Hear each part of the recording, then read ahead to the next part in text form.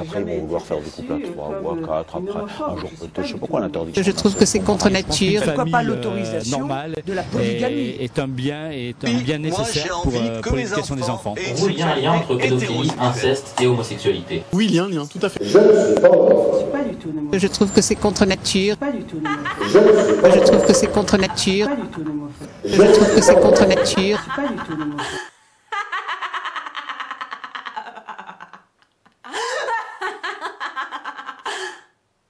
Oh bah non, vous n'êtes pas homophobe. Et vraiment, vous condamnez toute forme de violence à l'égard des personnes homosexuelles.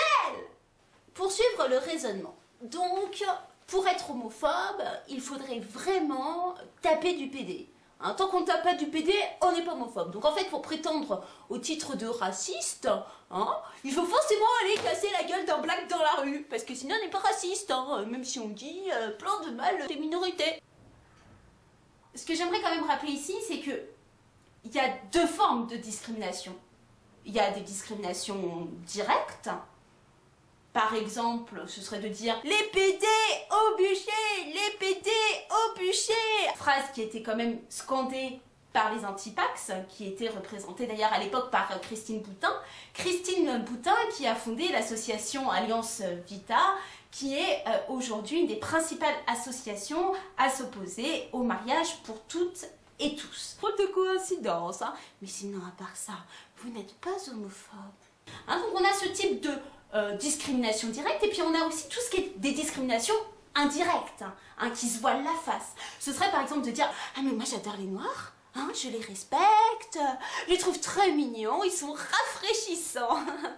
Par contre, c'est vrai que si ma fille me ramenait un noir à la maison, oulalalala, je serais pas contente, hein. » Alors voilà, on les aime bien, mais pas chez nous, on ne veut pas se mélanger à eux, on ne veut pas trop qu'ils aient les mêmes droits que nous. Et surtout, on ne veut pas les voir, hein, on veut pas les voir. Alors vous entendez, hein, rentrez chez vous, rentrez chez vous. En ce moment, on a un peu un mélange des genres, si vous voulez, parce qu'on a d'un côté des gens opposés au mariage pour toutes et tous, qui scandent des propos vraiment discriminatoires, hein, sans cacher, et puis on a ceux qui essayent d'être policés, et qui essayent d'être sympas, parce que les homosexuels, ce sont tous nos amis. Le cousin du voisin de mon frère, hein, qui est en fait aussi le filleul de ma grand-mère, attendez, oh, enfin bon, bref, je connais des gens qui sont homosexuels, ouais, mais je les aime bien, hein, parfois on fait même des apéros avec eux, hein.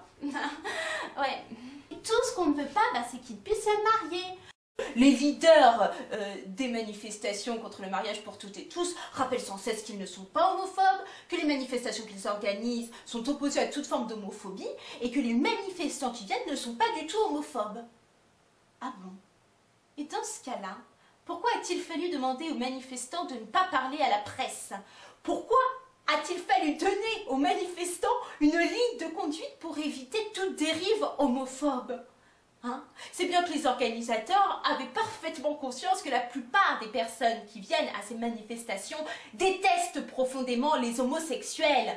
Et les rares interviews que la presse a réussi à obtenir montrent bien qu'il y a des amalgames complètement monstrueux qui sont faits de la part de ces personnes-là, hein, qui lient l'homosexualité à l'inceste, à la polygamie, qui se plaisent à dire que l'homosexualité est contre nature, que si leurs propres enfants étaient homosexuels, eh bien ils les enverraient dans des cliniques pour qu'ils se fassent soigner. Et oh, à part ça, évidemment, nous ne sommes pas homophobes.